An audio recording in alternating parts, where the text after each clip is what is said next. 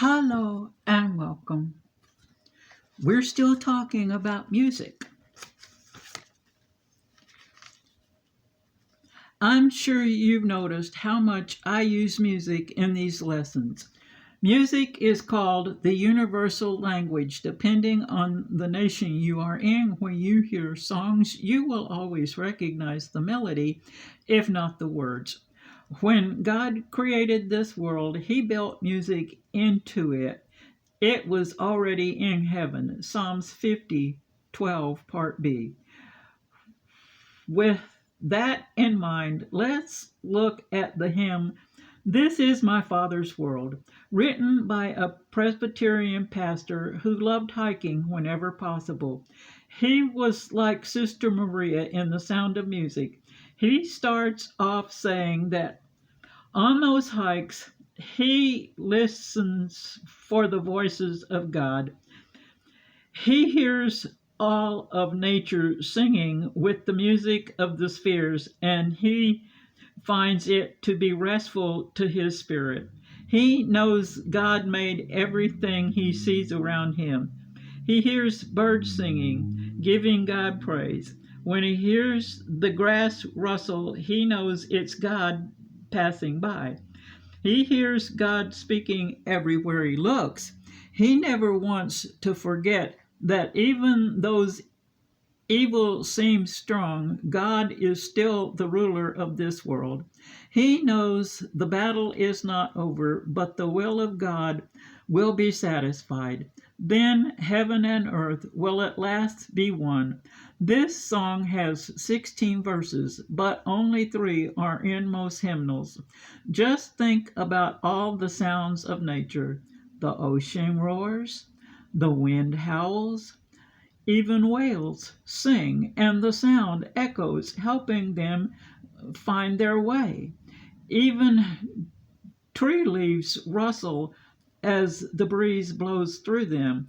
Think about the sounds of the night, owls hooting, wolves howling, bees make a buzzing sound. Some might call these sounds noise, but God calls them music.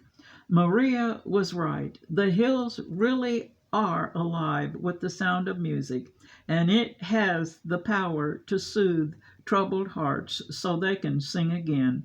Just being in His sunshine can melt your aching heart. Looking at His stars twinkle can speak volumes to a troubled mind. Everywhere you look when you are outside, you see the work of His hands telling you that He is real and that He made all of it, including you. Notice how in Genesis 1:4, God said that what He made that first day was good. So was everything else He made the other 5 days.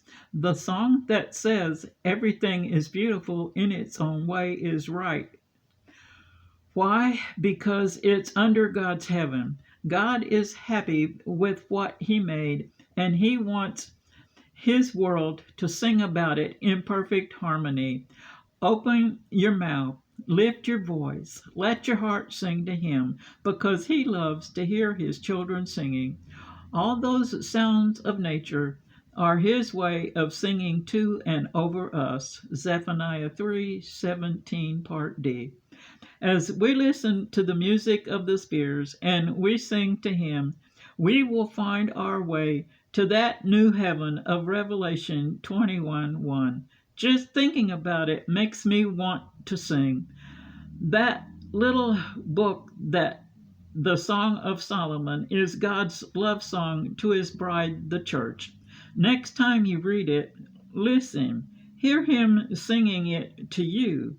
Let those words of love echo through your soul. Those echoes of His love are the most beautiful sound you will hear while on this earth. They are His whisper in the night and our praise in the night. As we make His song our song, we get that blessed assurance of 2 Timothy 1:12. This is My Father's World is one of the first hymns learned in children's choir. David begins most of his Psalms, like 33:3, with the words, "Sing unto the Lord a new song." In 68, verse 32 of the KJV, he tells all the earth to sing unto the Lord. Why? Because the Lord is his father's God. Exodus 2:15 tells us that's why we should exalt him. Revelation 14:9 tells us we will be singing that new song before the throne along with the angels when we are weary in our strength. When we are weary, new strength comes when we start singing. Then victories come. Psalm 118:14 and verse 3 tells us why. It goes back to if it satisfies God to sing to us, then it should satisfy us to sing to him. Where the Spirit of the Lord is, there is music, because God is the music. Do not let the bad things that happen in your life overshadow your faith and crush your hope. Leave those things by the side of the road and learn from them. Then go forward, because you can't drive looking in the rear view mirror. God doesn't break those chains until he knows you want to be free of them. He knows sometimes you have to hurt to heal. It's okay to cry, because tears can wash the pain away. Some people play at religion. They only want the power or the money or the good feeling. That's counterfeit faith. Jesus not only takes away the sins you commit, he takes away those that are committed against us. Sometimes your strength can become your weakness. Don't let that happen. Don't let it get in the way. In other words, follow Proverbs 3, 5, and 6. That way you won't spin your wheels and lose traction. Real success is not knowing that you are. That's what humbleness is. It gives credit to those who help us achieve the success. In a way, it's like love, which doesn't seek its own good. Instead, it asks for the good of others, and that's how love multiplies.